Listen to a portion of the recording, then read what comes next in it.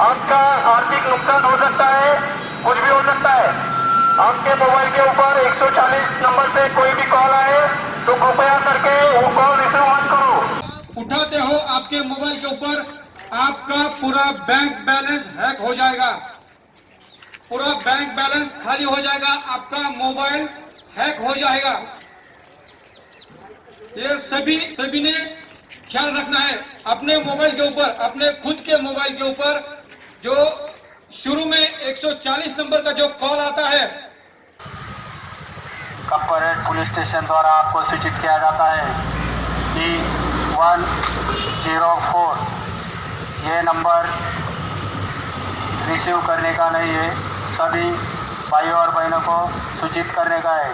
अपने आजू बाजू में रहने वाले सभी लोगों को ये बात कहनी है 140 ये